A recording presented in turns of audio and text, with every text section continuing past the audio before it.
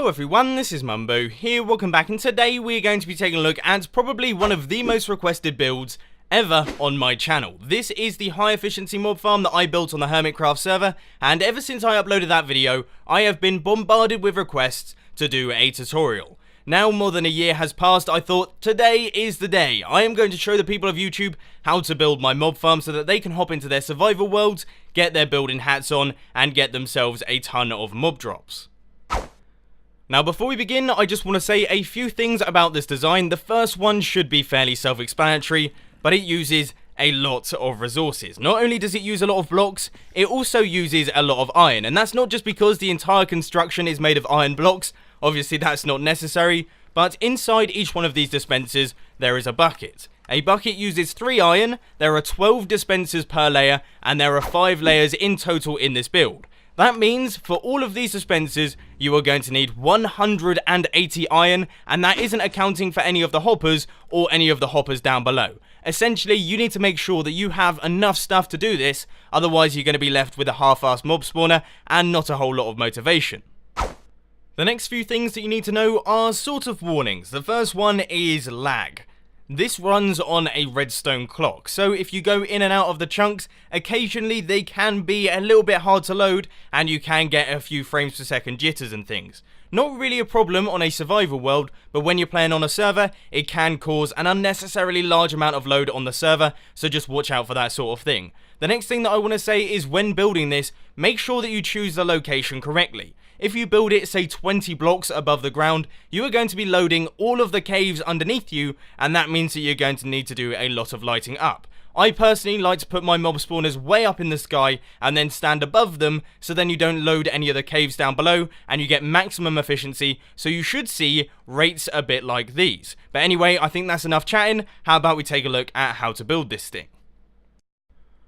Once you have found yourself the perfect spot to place down your mob farm, you want to get things started by making 2 6x30 areas separated by 6 blocks. So that is 6 blocks wide, 30 blocks long, and you want 6 blocks in between them. They should be lined up and they should be made of spawnable blocks. So I don't want to see them made of glowstone or half slabs or anything like that. 6x30 area, just like this. It is very important that you get that right, so measure it out and measure it again. But next up, you want to go 2 blocks from the end, place a block right here, and a dispenser facing inwards with a recognizable block on top of that. So it has to be different from any of the other blocks that you're using. That's just so you can tell whereabouts the dispensers are located. But next up, you want to go 1, 2, 3, 4 blocks along, place a dispenser with your recognizable block, and then 1, 2, 3, 4 with your dispenser, and then the recognizable block, and then 1, 2, 3, and 4 with your dispenser, and then your block on top of that. And you want to repeat that 6 times over, so you will be placing the dispensers 6 times until you reach this end where you should be left with 2 blocks at the end. If you're not left with 2 blocks, then you've measured it out incorrectly.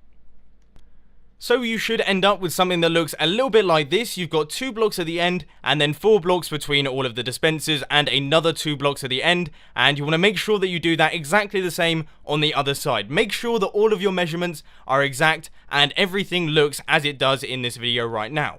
But next up, you want to line yourselves up with the dispenser and place 2 blocks out like this, and then blocks either side just like that to create a sort of triangle shape, and then do the same thing in front of this dispenser. So 2 blocks, then blocks there, 2 blocks in line with the dispenser, and then blocks on either side of it, and basically make these little spikes that pop out from the edge of the platform. And you are going to want to do the same thing on the other side. So it's 2 blocks out like this, blocks on either side, 2 blocks out like this, blocks on either side, and you should see that when you place them out, you'll be left with 2 blocks in between each one of the spikes. They should line up with one another in the build. If they don't, once again, you have built it incorrectly, so I would suggest starting over.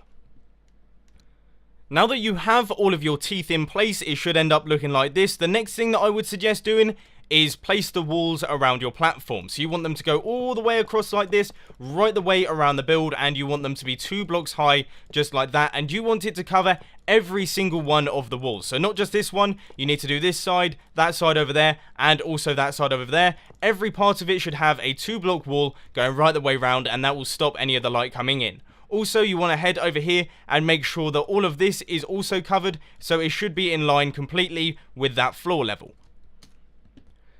Now that you've got your walls around the platform, next up you want to do a little bit of redstone work, but the first thing that I will say is make sure that you don't have any of your water buckets inside the dispensers just yet. You are going to cause yourself a lot of problems if you place in the water early, because there's just going to be water everywhere and it's going to make a massive mess. So what I would suggest doing is just placing your block down next to this one, and then blocks all the way across like this up until you reach the third dispenser. Then place a block here, skip 2 blocks, and continue on. So just all of your blocks in like this, going all the way across up until you reach the last dispenser, and then you want to place redstone dust on top of all of these blocks.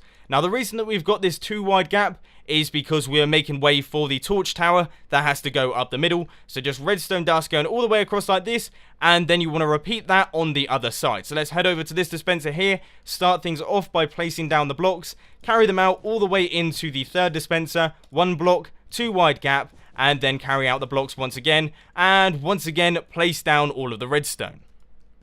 I don't really know if this is going to be good news or bad news, but what you now have to do is repeat that entire process 4 times more. If you want to have yourself 5 platforms like this one over here, which is exactly the same as the one that I've got on the Hermitcraft server, then you are going to need to do all of this 4 more times, stack them directly on top of one another. So as you can see, the next platform starts immediately after this wall finishes, and that will give you pretty much the entire structure of your mob farm. Honestly, it's quite easy. Just stick some music on and get building. So this is what you should end up with. This is what your build should be looking like right now. Now, obviously, I just use MC Edit, copy and pasted the blocks upwards, and then I'm done. So I'm fresh as a daisy. Whereas you have probably been working on this for the past hour and a half, and you might not be feeling so hot. So you will be happy to know that the hard part is now over. We just have to do a little bit of the redstone stuff. So the first thing you need to do is go right the way down to your bottom layer and go 2 blocks down like this, and then you want to place a block right down there and continue those blocks all the way along like this right until you get to the end here. So you want to line it up with the edge of the mob spawner. Then you want to place a sticky piston with a block on top, and then 6 blocks along just like that with redstone dust on top of all of those there. A repeater set to 4 ticks running out from that piston, and then redstone dust running all the way along just like this right up until the end of the line. Then you want to repeat the same thing on the other side, and that is how you do it.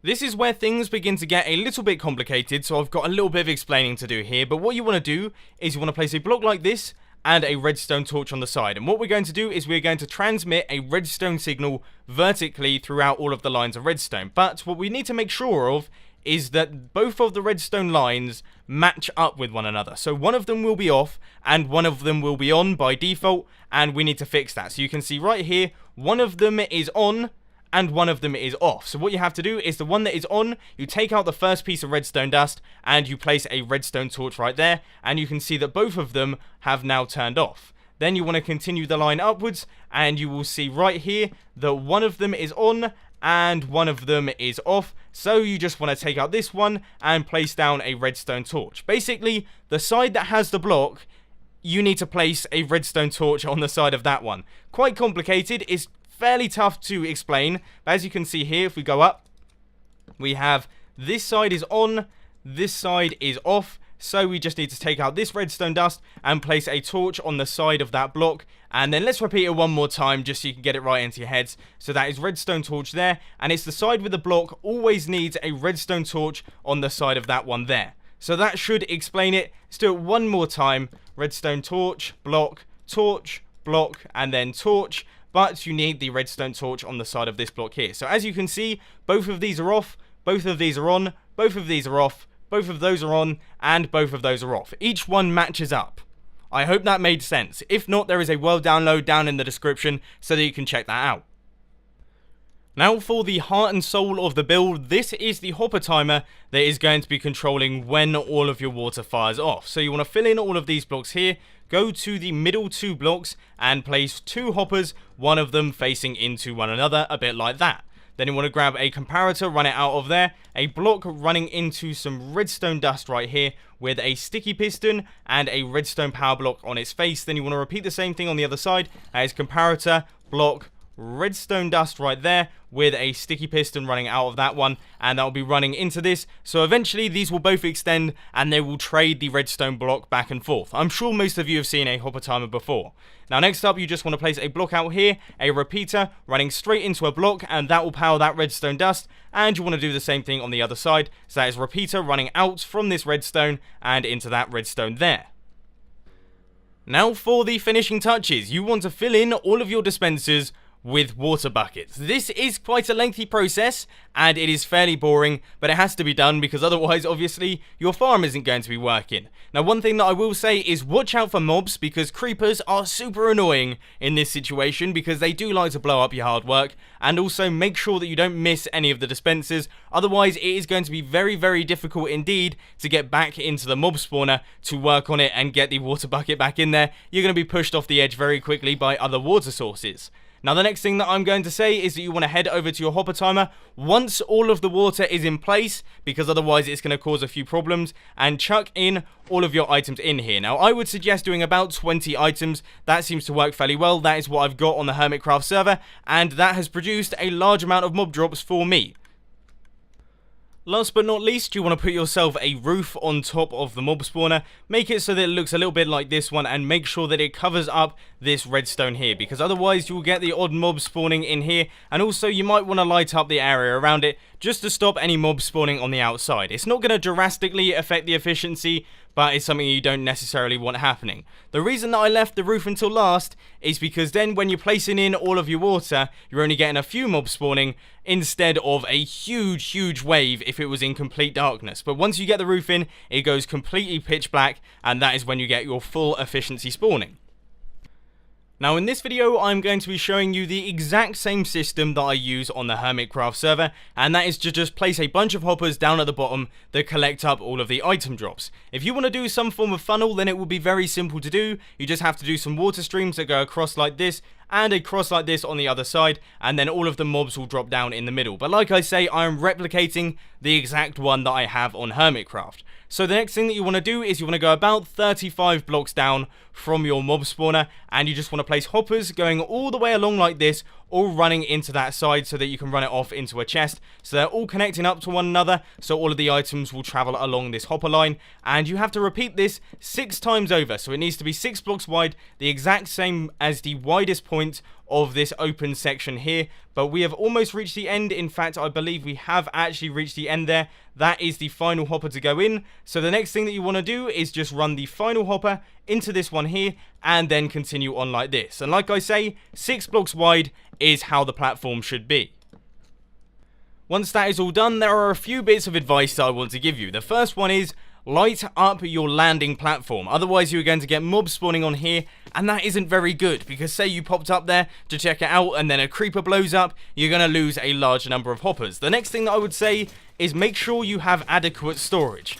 As you can see, the chest has filled up, and so have a large number of the hoppers, which means that we have got a lot of loose items on the top. Not only are we wasting all of them, it's also causing a little bit of lag, which isn't particularly ideal, so make sure that you have a large enough storage system for all of that. But other than that, you are all complete. That is your entire mob farm done and dusted. I hope that you've enjoyed this video. If you did, please be sure to hit that like button, and if you really loved it, then make sure to subscribe. But thanks for watching, guys. This has been Mumbo, and I'm out. I'll see you later.